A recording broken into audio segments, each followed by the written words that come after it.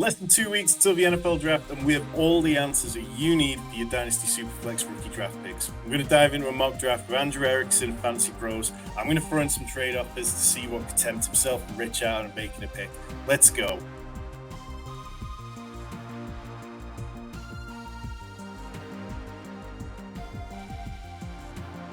Yes, we are here and joined by Andrew Erickson of FantasyPros, one of our favorite people to chop it up with. Had a great show last year and we're back for another. Andrew, how much do you enjoy this time of year? Oh, it's the best time of year, I think. It's fun because, you have basketball. I think basketball has like this playoff. I don't really know because I don't follow basketball, but I know that basketball is literally competing and they have real games going on. Like there's golf going on, but like people are still talking about the NFL, which is it's the only sport that's not being played in America right now. And yet it's the one that we all want to talk about. So I'm excited. Okay, so we are going Superflex Rookie Tight End Premium. We're going to go through 2 rounds. I'm going to throw some trades at the guys as we go. Rich, I'm going to come to you first for the first pick because I've kept you quiet so far. But we all kind of know where most people are going with the 101. But if it is Caleb Williams for you, how confident are you in year one returns for him? I think I'm as confident as I've probably been about any prospect, really. I don't think you can ever be super confident and predict, top 5 seasons for any rookie. But let's be honest, this is probably the best surrounding talent we've ever seen a number one overall pick land in terms of quarterback position. So he's got 2 stud wide receivers, he's got 2 competent tight ends. The O line's above average, still needs a little bit of work, but I've got slight questions about the play caller, but outside of that, this is, wheels up. This is a great landing spot. So, yeah, there's going to be some teething problems. There's going to be some rookie issues. There always is. But I think he's going to be a reliable QB2 for fantasy as a rookie, and he's got that QB1 upside, absolutely. Yeah. Andrew, how high do you see yourself ranking Caleb Williams for this year in redraft? I think that he's got to be at least like in that back end QB1 territory, maybe even like high end QB2. I think like top 15 is probably appropriate for him. One of the trends I was looking at was DeAndre Swift's teammates the last 2 years. So Jalen Hurts, Jamal Williams have averaged like 16 rushing touchdowns. So either Roshan Johnson is going to score 18 touchdowns this year, or Caleb Williams could score a lot of rushing touchdowns too, because for some reason, DeAndre Swift is just not a good goal line running back. So yeah, I think Caleb Williams with all those weapons there. Again, how good is Shane Waldron as a play caller? Like, we're not really sure. I think that's the big question mark. But I mean, most rookie quarterbacks that taken first overall land in like the stone cold worst situations like you could ask for. I mean, but the Bears aren't even supposed to be picking here. Like they have the Panthers pick. So like they're not the bad team. Like Bryce Young is still on the bad team. So I think a bit more interesting question is like if the Panthers were picking first overall, would they just take Caleb Williams too? Would they just be like, oh, sorry, Bryce. Like we'll just trade you to someone else. Josh Rosen 2.0, absolutely. I think they take him and, not think twice, really. I don't think David Tepper's the kind of owner who would even feel remotely bad about it. And I think that would be one of the best decisions they've made in a while. Andrew, at the 102, who are you going with? So this is interesting because my coworker at Fantasy Pros, Debro, he released a video about Caleb Williams. Should Caleb Williams be the 101 in Superflex drafts? And I just commented on the video. I was like, yes, he should. But I didn't actually watch the full video because I thought it was going to be about like the receivers should go first. But he actually made a pretty compelling case for Jayden Daniels that I thought was kind of interesting. And we just look at it from like a value standpoint. Who's more valuable right now in Superflex Dynasty? Anthony Richardson or insert wide receiver name here? It's Anthony Richardson. He played 4 games last year. That's all he had to do. He played 4 games, scored a couple rushing touchdowns, and he's a top 5 quarterback in Superflex and is more valuable than almost all the receivers. So, like, if you're just looking for the barometer, like, of what you need to get, like, if Jayden Daniels is just, like, a fine quarterback, like, he doesn't need to be, like, even, like, that amazing. Like, if he does what Richardson does, like, something close to that, like, you're getting so much value. So I'm going to go a little bit off the cuff here, and I'll go with Jayden Daniels. If Jayden Daniels lands with your New England Patriots, how confident are you Oh, going to that's feel okay. about him So in year one? not taking him, not taking a second bet if he's on the Patriots. So to be clear, only if he's on the Commanders or if somehow he ends up on the Vikings or something like that. Which I don't. I think it's going to be the Commanders. I think that's kind of locked and loaded unless they take McCarthy and then. I mean, yeah, but I just think it's the rushing, man. Like I think that he's going to run and we're not surprised if he plays 4 games, gets hurt because he does not protect himself whatsoever, but he puts up 22 points per game, and that's all people care about. And then we look at the Dynasty rankings next year, we're like, well, he's top 5. Like, there you go. So Yeah, for all the big hits he took, and there were a lot of big hits, he didn't really, pick up too many injuries during college, did he? He didn't miss prolonged periods of time. So perhaps he just has the luck of the draw and can survive a little bit. But Rich, I'm going to come to you at 103, but I've got a potential trade off for you. Marvin Harrison is on the board here.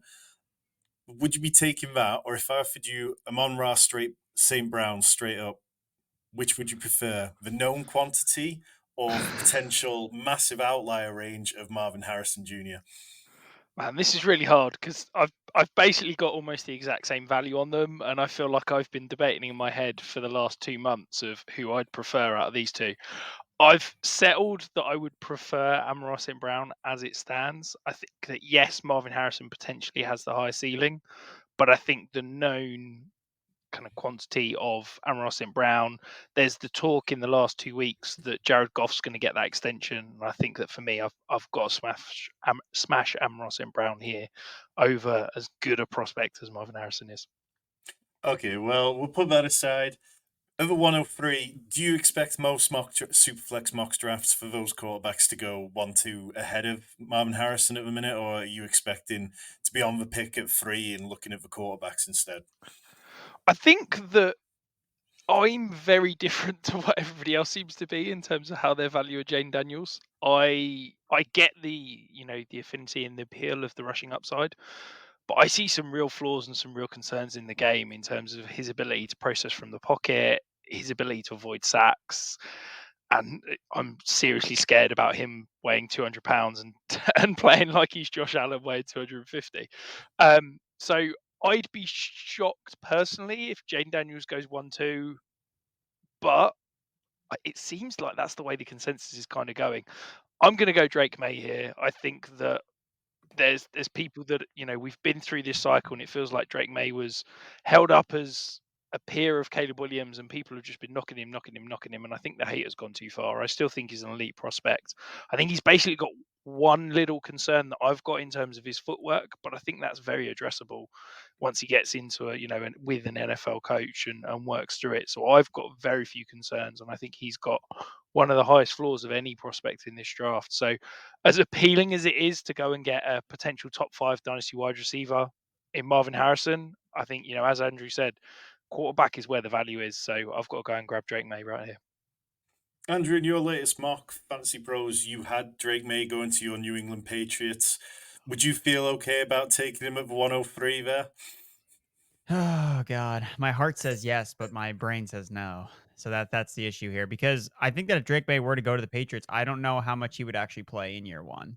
That would be my concern. And as much as we like to think that, oh, Dynasty, it's all about the long term game, but what you do in year one matters so much about how your value fluctuates. Like if Drake May doesn't play at all, he plays 4 games, like he's going to be significantly less valuable than every other quarterback, probably potentially even JJ McCarthy. If he ends up playing more, potentially in a better offense like the Minnesota Vikings, it might not be the time to draft him now. It should be to look at him next year, in 2025 when the Patriots have addressed a receiver to add, have addressed a tackle. Because right now it's like they don't have a reason to throw him to the Wolves. Like, what's the point? Like, he's 21 years old. Like, he's still young. Like, you have time. And the thing that you have to keep in mind with the Patriots, because Gerard Mayo is their head coach, they can't like show their cards offensively with Alex Van Pelt. Like if they just like unveil this amazing offense, then Van Pelt's gone. It's like, see ya.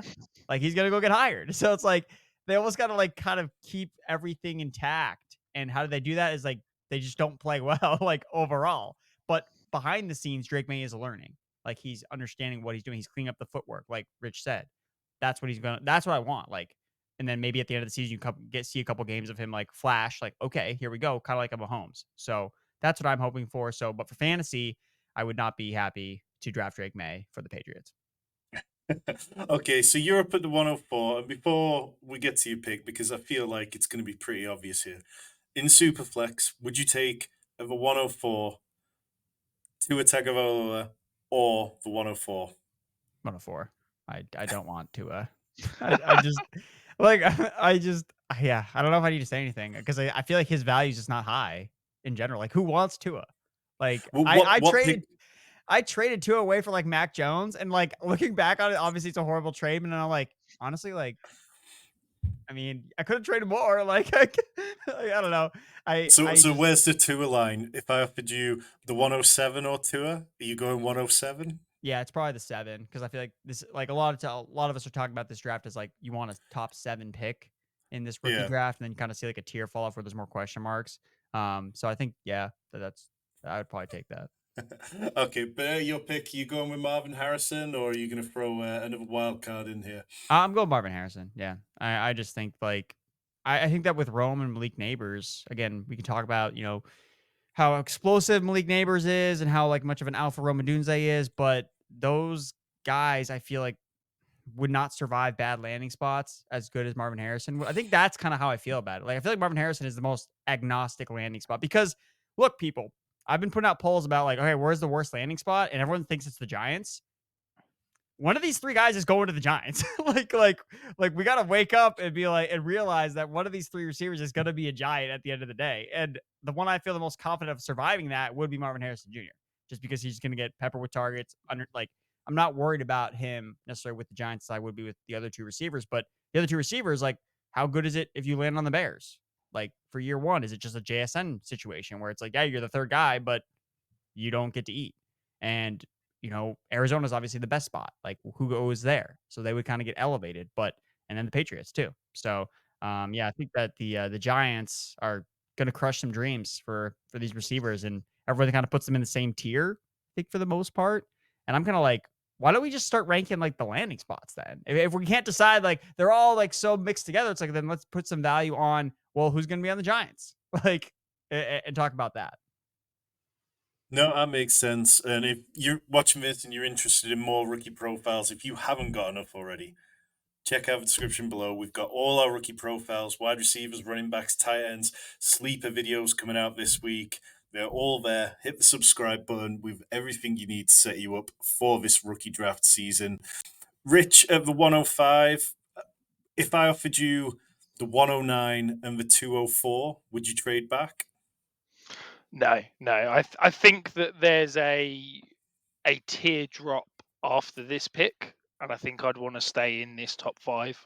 I'm going to grab Malik Nabers here. I think that his ceiling for me is as high as any wide receiver in this draft. I agree with Andrew. I think Marvin Harrison is the safest and the most landing spot agnostic, but I think Malik Nabers, if he hits, if he gets used in the way we're all dreaming about, his ceiling is unbelievable. And I think his ability as a route runner with the ball in his hands to be used in space, I'm so excited about what he could be. So for the 5th pick in a rookie draft, I'm really happy to go and chase all of that upside and go and grab Malik Nabers.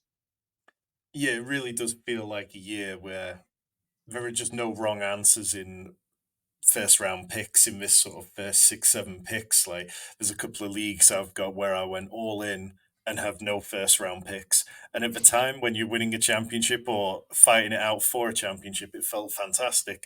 But this is the cost you have to kind of live with now.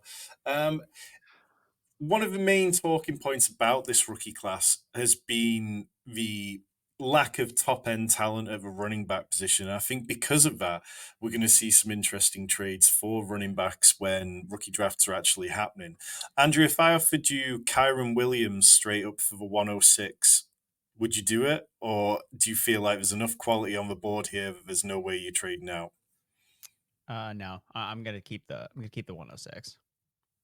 And who would you go with here? I'm gonna go with Odunze. Yeah, just Uh, alpha receiver. so if Odunze ends up with the Giants, how confident are you going to be in him in redraft this year? We know obviously Dynasty, a lot could change with the Giants, and we probably don't need to overthink it too much because if Daniel Jones goes, there's a good chance for there's some reasonably intelligent people with the Giants, and they might land on a better situation. But how confident would you be that Odunze can be a hit this year? Tell me how many games Drew Lock plays. Maybe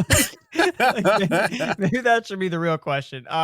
No, I still think that I'd be confident enough in Odunze to not really like overly be worried about it. Again, like people point to the Giants situation, and again, I don't necessarily agree with the Giants being like this horrible. Like that's a rookie receiver walking into it 180 targets.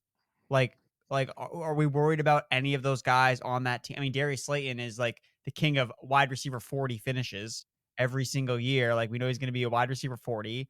And then they have a bunch of slot receivers like Wandale, Jalen Hyatt, like Rome Odunze. Just like I get from day one, he's going to stay. I remember last year was like all about Darren Waller, right? Like how like big of a monster he looks. It's like that was a 32-year-old tight end who's now contemplating retirement. Like that was their best offensive player. And then they got rid of Saquon. So it's like Rome is like going to step for day one and be like, well, you're the offense. So like get ready. Like, so even if he's not efficient, I think he just gets so much volume that I think that you'd probably be happy with the pick. Yeah, Rich, do you feel like Odunze's skill set would mesh well with Daniel Jones? I'm not sure it matters, to be brutally honest, for Dynasty, because I don't think Daniel Jones is going to be the quarterback in the second half of the season into next season. So I think that, if we're worrying too much about Daniel Jones for the Dynasty value of who you're picking there, I think you're better off playing redraft rather than Dynasty, quite frankly. I think you need to be viewing the Giants quarterback situation as fluid, and let's just focus on getting talent and hoping that prevails rather than worrying about the quarterback position for Dynasty personally. So these first 6 picks, slightly different order, how we've kind of seen them go sometimes. We've seen Marvin Harrison at the 102 sometimes, and a little bit of shuffling. But generally, this tier of 6 players is pretty well established now. Andrew, what do you think would have to happen for somebody to firmly establish themselves in these first 6 picks, like maybe JJ McCarthy or Brock Bowers? Is there a particular landing spot for either of them that if they landed in, they would automatically jump into those first 6 picks for you? I think if McCarthy were to go to the Vikings, like if that actually like ends up happening, I feel like he might be able to jump maybe Maye, or again, insert quarterback that goes to the Patriots versus quarterback goes to the Vikings. Like, I mean, if it's close for you between the prospects, like I have no doubt in my mind, at least in year one, who's going to be more productive. It's probably going to be the Vikings quarterback. Like, I, I don't think that that's going off on a limb or anything by saying that. So I think you could see McCarthy hopping over one of the quarterbacks, depending on who goes to New England. But I don't know. I don't think Bowers is going to leap any of those receivers, because even if someone goes to the Giant, or when someone goes to the Giants, because we're talking about like how these receivers are kind of team proof to an extent, or at least that's kind of how they're viewed. But like Bowers as a tight end, like power slot guy, like he's got to go to a team that knows what they're doing. Like everyone's like, oh, the Jets, this is great. It's like, have you guys seen Nathaniel Hackett's offenses? Like, do we really want to trust this guy to use someone like Brock Bowers, who's not, line up in line?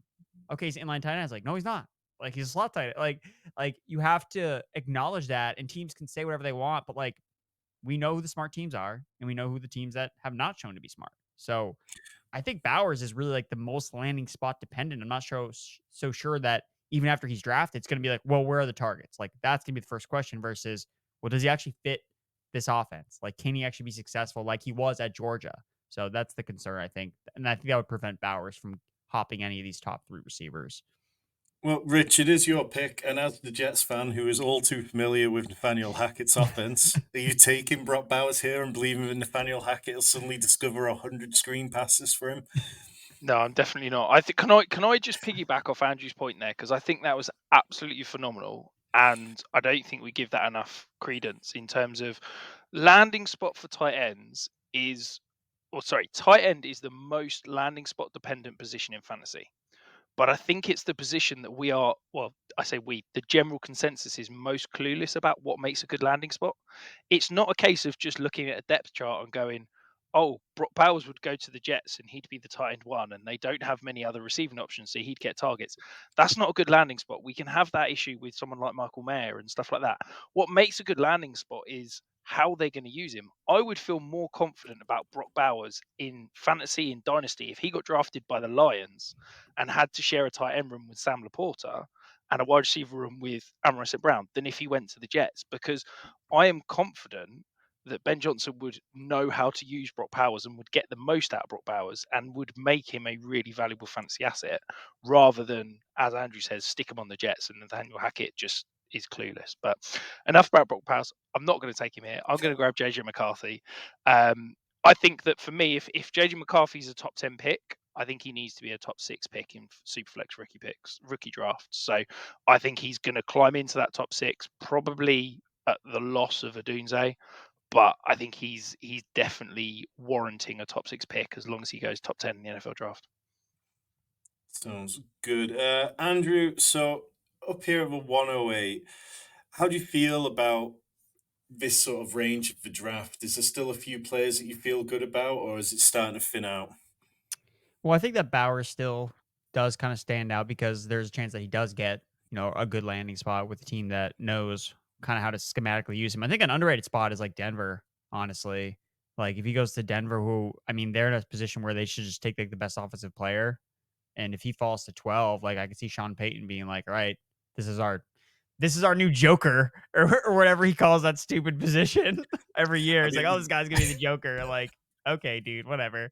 So as long as, I mean, he could line him up, he could use him like Michael Thomas, like something like that. So you could see envision where he has success. So I will go with Brock Bowers here. But in terms of like the teardrop, I do think that there is kind of like a teardrop here because the next receiver like in the consensus is Brian Thomas, and I'm always kind of like I've always had this blind side with number 2 receivers on teams with other receivers and like how that always like influences them in terms of like, are they overvalued? Are they undervalued? Because you never like see them as like the true alpha because of the offense they play in. So like through my whole fantasy career, it's like I could never draft Jordy Nelson for some reason because I was like, oh, well, Greg Jennings is there. And then like with Devon, like I was like, I just couldn't do it. I was like, I can't draft a number 2.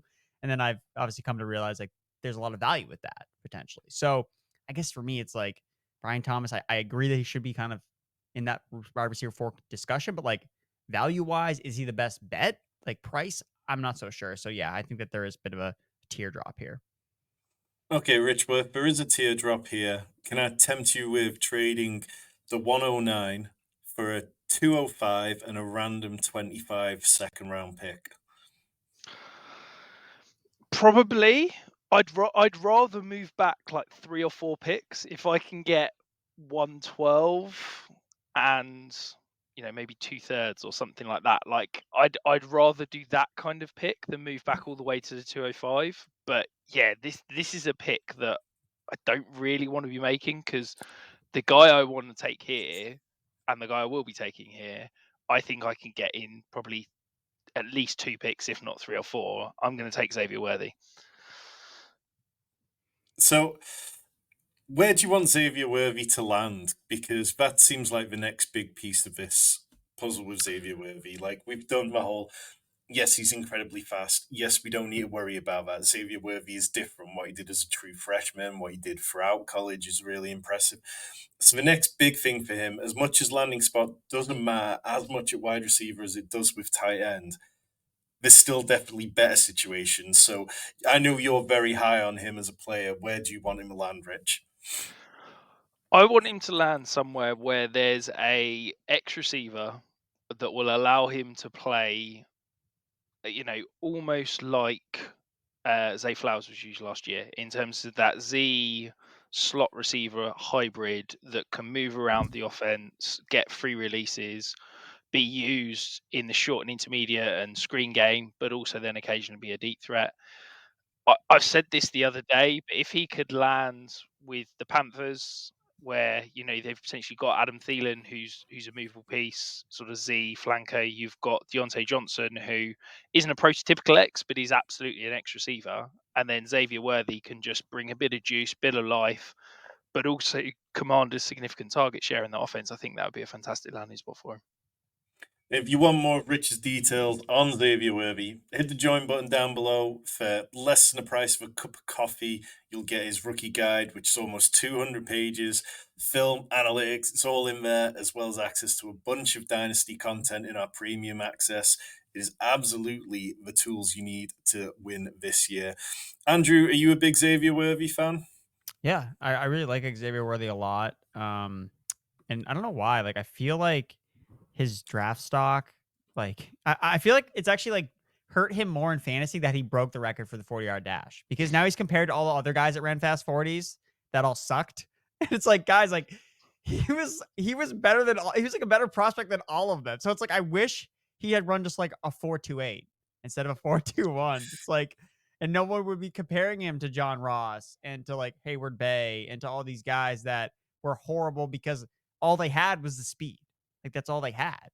But Worthy, like he has the special teams ability. He, like you mentioned before, like the early breakout age, like production, like legit production. So yeah, I mean, it's weird that I feel like we came like full circle with Xavier. I hopefully we do, and we just realize, hey, wow, he was good, and he just happens to also be fast. So Yeah. Where are you going with the 110? I am going to go stick with wide receiver here, and I'm just going to go with Brian Thomas Jr. So I talked about him a little bit earlier. Again, how will he be as like an alpha in an offense? It remains to be seen because he obviously played with Malik Nabers, and the fact that I'm not sure. Like I think Kayshon Boutte was playing ahead of him 2 years ago, which concerns me dearly because of how Hey, Biddy Kayshon was good. Boutte's Biddy was good in college. he was good like so early on. Oh my god. So there are some question marks, but I mean, again, another really explosive wide receiver. Again, I think that I would probably like to try to trade back in this situation here because I do like some of the other receivers too, but I think Brian Thomas makes the most sense. Size, speed, threat. If he hits, it's gonna be a big payday. So, if Brian Thomas ended up with the Buffalo Bills, how confident would you be in that? Do you feel like, that gives a sizable boost to his short term outlook? I think so. Yeah, because I just don't see a lot of other players on that offense necessarily fitting that role. I mean, if you're getting like a Gabe Davis, I mean, like how many times are we chasing Gabe Davis to just be this guy? And it's like, okay, well now we can get someone that's significantly better than Gabe Davis as a rookie coming in as a profile, and now you're putting him with Josh Allen. I mean, yeah, that would definitely. I could see that him entering and potentially leaping whoever goes to the Giants, right? From the top three, you could see that scenario where someone's going to convince themselves because Brian Thomas is so good. Maybe it's Chris Sims who has Brian Thomas ranked really, really high in his rankings, respect his rankings. But yeah, I think that we could see him leap if he ends up in Buffalo with Josh Allen. Nice. Rich, 111. Where are you going with this pick? Are you tempted by another quarterback or any of the running backs, or is this still wide So, receiver territory? so if I was on the clock in a real draft, I'd be grabbing a wide receiver here. But I am going to hope that I reckon Andrew's not going to take him with the 112 because I'm higher than consensus on the guy I'd take. So I'm going to go and grab quarterback. I'm going to go Michael Penix.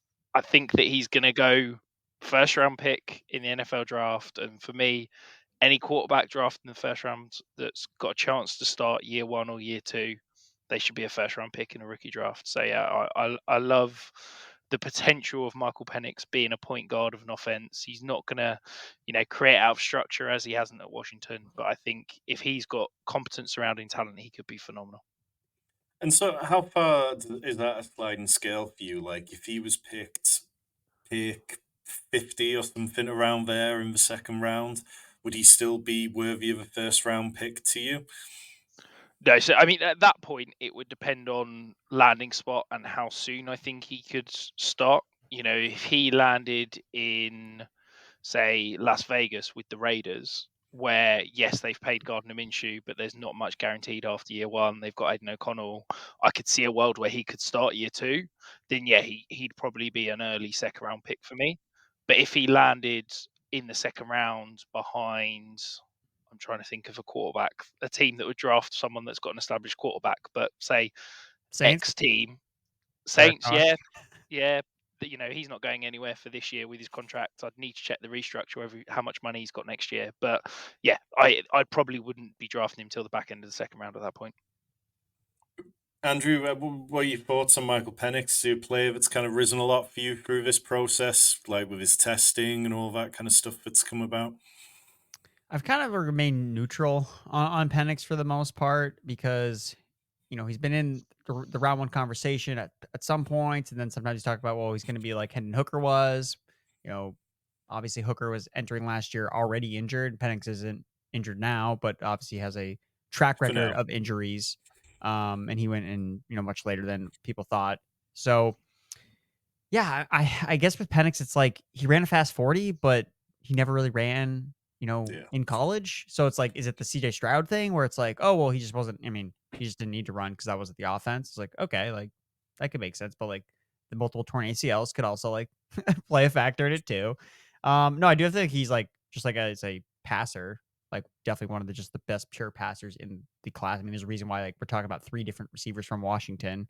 And I do also have a feeling that there is potential that if the Patriots don't draft a quarterback at the top of the draft, like Penix is someone that they're going to be looking at because I think it's their wide receivers coach was the former offensive quality person for Washington last year. So they have intel on Michael Penix. So if they feel comfortable with where he is at health wise, then he could end up being on the Patriots.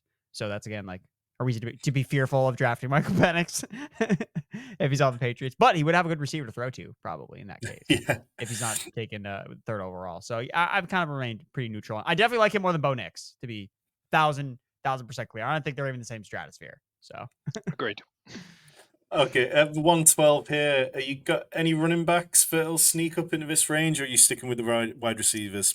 I think we stick with wide receivers here. I just think that, I mean, maybe one of the running backs gets the best landing spot, and then he'll be the one that's ranked the highest. Whoever ends up going to Dallas, and then will probably be overdrafted. So again, I just want to if I in such a wide receiver rich draft, like you got to take as many shots as possible because you don't know which ones are going to hit, which ones won't. But I can guarantee you they won't hit if you draft a running back instead.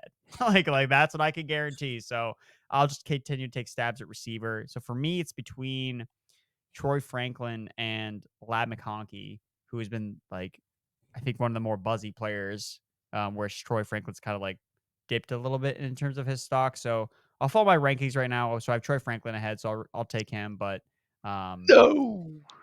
yeah, and I No. stole Rich's guy, so win-win. Let's go. There you go. So, That's a perfect example of why you shouldn't overthink drafting in fantasy. so Rich, how high are you on Troy Franklin? Would you have taken him at the 111 if you thought that maybe Michael Penix might have slipped to the 201? Yeah, absolutely. For me, he's neck and neck with Worthy and Thomas. I think you can throw a hoop over all 3. I think they should all be going in and around the same range. I think he's a fantastic prospect. He's getting dinged massively because he ran a poor gauntlet drill. But actually, if you go and watch the tape, I think he's a very good route runner. I think he's a good prospect, and I think that he's going to be a valuable NFL receiver. So yeah, 112, I think is great value. How much do you guys feel like this is how rookie drafts should play out? But the potential landing spot on running backs are going to change it to the point that they're going to start sneaking up in there. And after months of us saying, there isn't really a first round running back apart from possibly Jonathon Brooks, who's injured. But when it comes to it, and the first for running backs and the first to use those picks, and people saying, I've got a positional need, how many drafts in a percentage wise do you think we're going to see a first round running back in? Rich, I'll go to you first on that. I think, we had this conversation with Heath Cummings. He's adamant that a running back is going to go in the top 9 in Dynasty rookie drafts. And I'm probably not as strong as he is. I think there will be one in the first round, but I'll keep saying it. We've even got t-shirts, Tom. Draft for talent, trade for need. There is no way a running back should be going in the first round of a rookie draft. Yes, and those t-shirts are linked in the description. 20% off coming up in the next couple of weeks, so keep an eye on that site. Andrew, what sort of percentage of drafts do you reckon you'd see a rookie running back taken in the first round? 100%. Like there's going to be a rookie running back, and it brings me back to I don't remember what draft it was, but I remember it was on the clock. I was looking at CeeDee Lamb and Keyshawn Vaughn. I was staring at the clock. I was like, okay, who am I going to pick? I need a running back. I did take Lamb. Full disclosure, I made the right Good. choice. Made the right choice, but I was thinking about it. And if I was thinking about it, everyone else is going to think about it too. I would say don't overthink it. Again, just draft the receivers, man. Like, and if you miss out on the one running back, chances are you're going to be happier with the receiver you draft anyway, because the running back that gets way overdrafted, like that's going to nuke your team when you could miss out on one of these receivers that could be so good for such a long time. Yeah, that's all I'll say. Remember this: CeeDee Lamb versus Keyshawn Vaughn. That happened to me, and I made the right decision. But don't let that be you. Rich, so you got sniped on Troy Franklin. Where you going here? I'm shook a little bit, if I'm being brutally honest, because yeah, it's truly thrown me. But I will go with the running back position. Give me Jonathon Brooks. I think he's the best back in this class. If I'm in theory, got the 201, I'm probably not a very good team. Hopefully, if I'm rebuilding, I can afford to wait half a season, a full season, if he does get redshirted, for him to come back. But I think when he's fully healthy, when he's firing, I think he's got 3-down potential, which I'm not convinced anyone else in this draft has at the running back position. Andrew, is Jonathon Brooks your RB1? No, he's not. I'm a little bit lower on him. I just very fearful of the ACL injury, and I know they're saying all the right things, but it's like, just name a rookie running back that was productive year one, coming off a torn ACL. Not named Todd Gurley. There is none. Willis McGahee, he missed his entire rookie year. Like, I get that I get that it's farther apart. Like, that's much longer in terms of time span, but like, we were complaining about how good Blake Corum was this past year coming off a torn ACL. It's like, what do we expect to see from Brooks, especially from a team that's they invest like a day 2 pick on him? Why would they try to rush him back? Like, I could see it. Like, the thing with Brooks, I would love to see him go to like the Bengals. Just like let Zach Moss and Chase Brown just do whatever for like the first 3 months of the year, and then just unleash Jonathon Brooks down the final month of the year. Like, that's an ideal spot, I think, for me, is not for Brooks to be like pushed in right away versus some back end production. I'm So- dreaming of the Cardinals in the third Yeah. rounds. Let James Conner run for a year, and then let Jonathon Brooks come in next year. Give him a full red shirt. That sounds perfect. Andrew, where are you going with the 202? I'm gonna go with McConkey. Nice. Do you feel like he's quite landing spot dependent, or do you feel like he's just got enough talent that he's just going to hit the ground running anywhere in the NFL? I think he does. I think that he kind of has a little bit of the, not to compare him stylistically to Puka Nacua, but in terms of like, he's really, really efficient, but also dealt with a lot of injuries, similar to how Puka did. And that's kind of why he kind of fell to the wayside a little bit. But I think people are starting to just like, again, like put on the tape and just watch him conquer. Like, man, this guy's like getting open like nonstop. And even last year, he was still efficient, top 5 yards per route run. And I get that he gets like the Julian Edelman comps and Wes Welker, like just because he's a white receiver. Like, basically, that's like literally why he's getting the comps. But to me, you're just looking at some of his metrics in terms of his speed. Like, I mean, I put it on Twitter, like his mock draftable, like one of his comps is Will Fuller. I'm like, oh my God, if we get another Will Fuller, sign me up. So, yeah. Absolutely. Okay, Rich 203, where are you going with this pick? I feel like Lad McConkey would have been the pick for you there if he'd been available. No, I probably would let him fall about 4 or 5 picks. To be honest, I'm really not excited about Lad. To be brutally honest, I can't believe I'm going to become the running back guy, but I'm going to take Trey Benson. Again, I feel like he's a great athlete, got potential. I think that he's going to get draft capital, and I think that if anyone is going to flash in this draft class outside of Brooks, it'll be Benson. Nice. Andrew, was Trey Benson your RB1? Yes. Yeah. Trey Benson Okay. was my RB1. And how do you feel about this RB class in general, Andrew? I know that we lack the Bijan Robinson, the Brees Hall, but do you feel like there's enough of these kind of second round running backs that they're worth taking shots on once we do get into the second round of rookie drafts?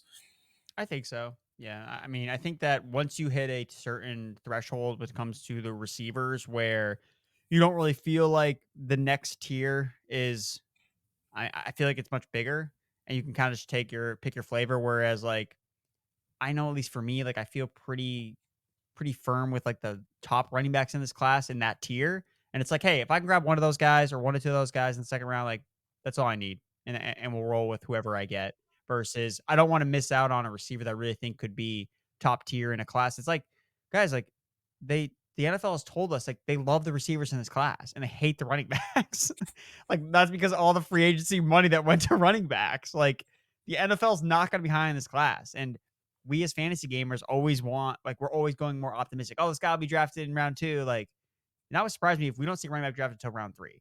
And that's startling. It's like, oh, now he went in round 4. I mean, Roshan Johnson, like comparing him, like he was a round 4 pick last year. Like, where would he be in this class? Like, I feel like he'd be ranked like decently high. And he was a round 4 pick last year. So yeah, I think that it's better to be bearish on the running backs and just be more bullish on receivers. I think that you'll come out in the green if you were just more aggressive drafting receivers versus drafting running backs. So is that where you're going, receiver, this pick, 204? Yeah, I think I'm just going to take Mitchell. I am not particularly high on him myself, but it's more of a draft capital play. Like, I'm really kind of surprised like he's going to be a round 1 pick. I get like he's like a side speed specimen, but for me, I see like a lot of DJ Chark. I'm just like, man, like, I don't know how I feel about that. And I mean, I'd rather have Worthy. So it's like Mitchell, if Mitchell gets drafted ahead, I mean, I've heard that Mitchell could go like as the receiver 4, like ahead of Brian Thomas, and like, and then his price is going to skyrocket just because he went high. And I'm like, I've seen plenty of receivers go high and bust. So like, I don't need to take him. But here in the middle of the second round, I think that it's good value for a first round rookie receiver.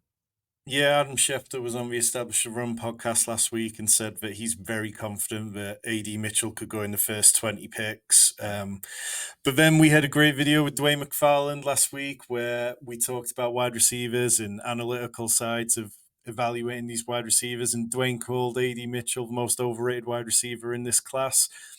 And I'm not going to argue with Dwayne McFarland when it comes to player evaluation. Rich, who you going with at the 205? I'll grab Keon Coleman.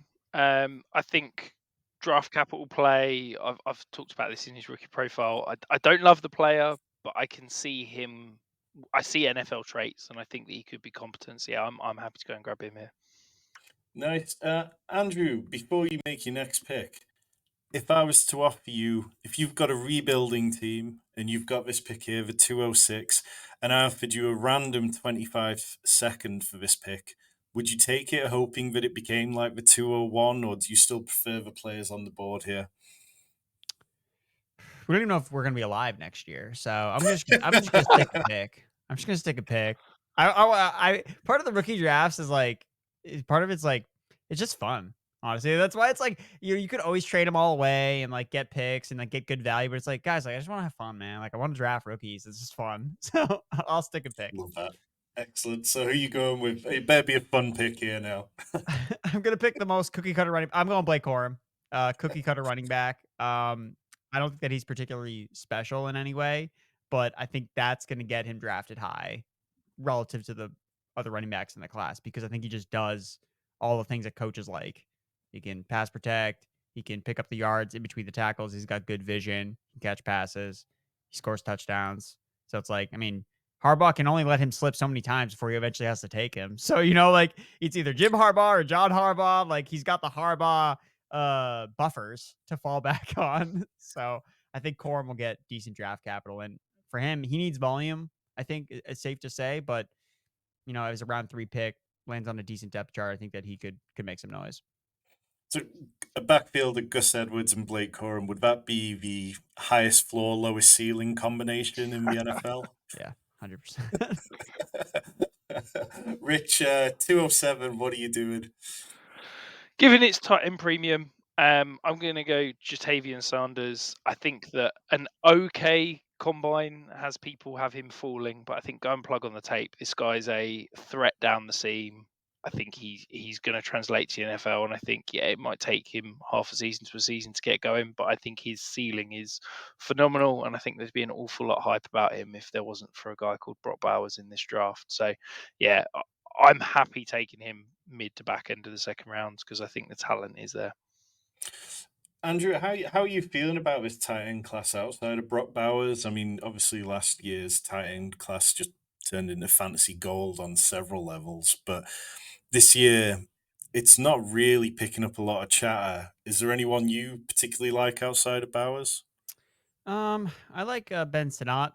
I just am like concerned that I should make sure he doesn't get used as like a fullback. That's my one concern. Is like, all right, just gotta make sure he doesn't go like. We need to be clear if they like say Benson not fullback, right?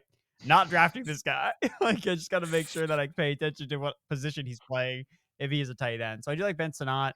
Jaheim Bell is very interesting because he checks off a lot of like analytical boxes, but the NFL is like much lower on him than a lot of fantasy services are because it just his profile has not succeeded at the NFL level whatsoever. Like I was like looking back at his profile, I was like, wait, this guy had like 80 carries. I was like, wait, what? Like this is a tight end getting carries. I was like, oh my god, like I mean, is this gonna be a Jonnu Smith on the Patriots experiment thing? Like I was very like my mind was blown when I was looking. So I think he's kind of intriguing, but besides those types of guys, no one in particular. I think the thing to point about last year's class, and it's about the quarterback that rookie tight end goes to. You know, it's funny because we looked at the tight ends that were the top 3 last year. I think consensus was Michael Mayer, Sam Laporta, and Dalton Kincaid. 2 of them got really good quarterbacks. One of them got Aiden O'Connell.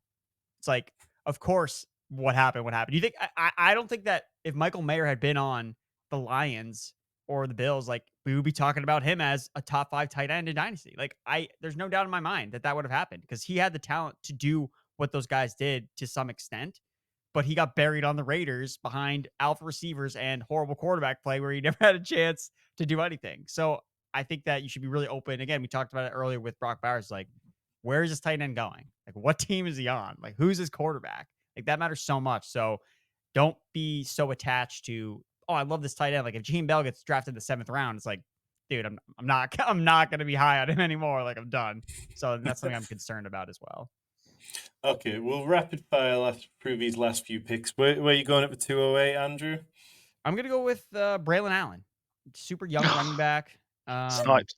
I think he's got some upside. I'm just surprised that I feel like there's more hate about him in general than for a running back that's like so young and so big. Like I felt like I was gonna have to be like, oh, he's gonna be too hyped up. I'm gonna have to fade him.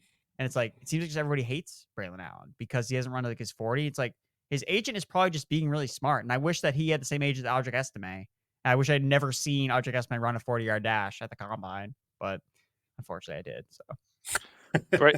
I wrote a great stat down today. So Braelon Allen will be younger at the end of his rookie contract than Ray Davis is at the day he gets drafted. dude, it's bonkers. Dude, it's so young, man. I love the youth. All right, Rich, where are you going at the 209? After I was rudely sniped, I'm going to go back to the wide receiver position. I'll have Malachi Corley. I'm not exactly sure how he's going to get used in the NFL. I'm fed up of hearing Debo comps because he's not Debo, but I think he could be a really interesting movable piece in an offense, and I think he's a competent enough route runner to carve out a decent target share. Nice. Andrew, 210. I'll take Legette, Xavier Legette. How do you feel about him? He seems like quite a polarizing prospect at the minute. Yeah, no, I think that he is. I think that he's so like landing spot dependent. Like I think he's like massive boomer bust. Kind of reminds you like of Jonathan Mingo in that way, where if Mingo had gone to the right situation, you could have seen his skills really highlighted more. And I think with Legette, I think it's something very similar, where it's like he does something well in a particular way. I know he's been kind of comped to like Metcalf in that way, and Metcalf went to a really good spot, and it made sense for how they used him. So again, whichever team the Steelers draft, like whatever receiver the Steelers draft, I'm gonna like because I know I have confidence that they know what they're doing. I mean, the Steelers knew when to get out with Chase Claypool. Like they knew, like they're just so smart when it comes to receivers. They're like, we knew he was good his rookie year. We can still sell him off, and they did. Like they're just so forward thinking with receivers that we know they're gonna take one probably day 2, and I'm gonna like that guy. And if it's Legette, then it's like, all right, if they think that he can succeed, so do I. Rich, your last pick of this draft. Who've you got? I'm going to go back to the quarterback world. Give me Bo Nix. Look, I'm not a believer, but it seems like the NFL seems to like him. So at this point, even if he's a day 2 pick, if he's going to get a chance to be a starter, I feel like he's decent value at this point. Okay, and Andrew, rounded out with one last pick of the draft. Give the viewers an excellent pick to take home. All right, you're gonna have to scroll down then to get this guy. So I'm gonna go with Javon Baker, UCF.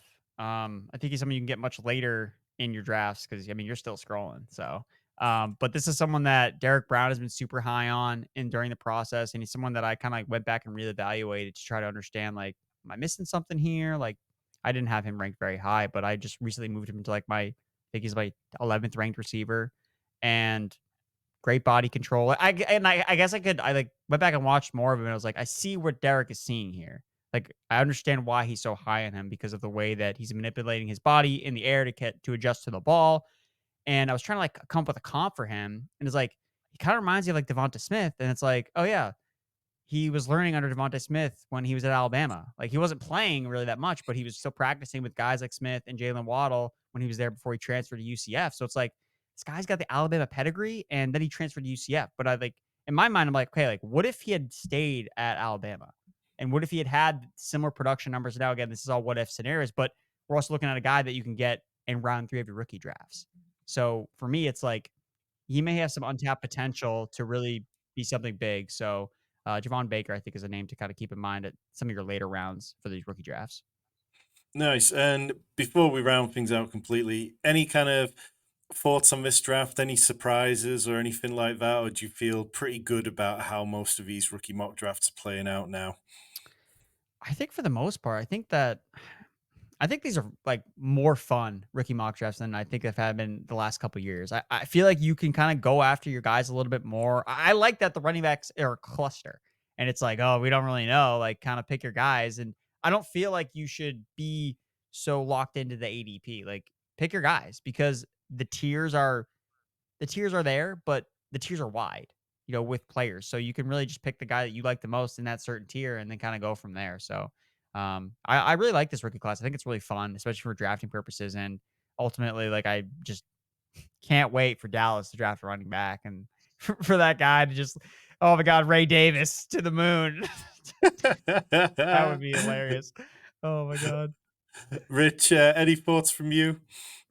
Yeah, I think it's interesting, isn't it? Because I think outside of that top sort of 7 and 8, it feels like the tier from pick 9 to pick 15, 16 is pretty flat. And as Andrew said, it's going to be interesting because the NFL draft is going to change a lot of things, but I don't necessarily see it changing that big top tier and then a big second tier unless we see 3, 4 wide receivers go in that first round, and that almost becomes a second tier at the back end of the first. But I think it's going to be fascinating to see how things play out in a couple of weeks because, yeah, as I said, I think there's going to be a lot of go and get your guy once you get outside of those top sort of 8 or 9 picks. Yeah. Andrew, anything on Fantasy Pros coming from you this week that people should absolutely be reading? Yeah, so it's probably going to be more NFL mock drafts is what I'm working on. I'm working on, or tomorrow being released on Tuesday, April 16th.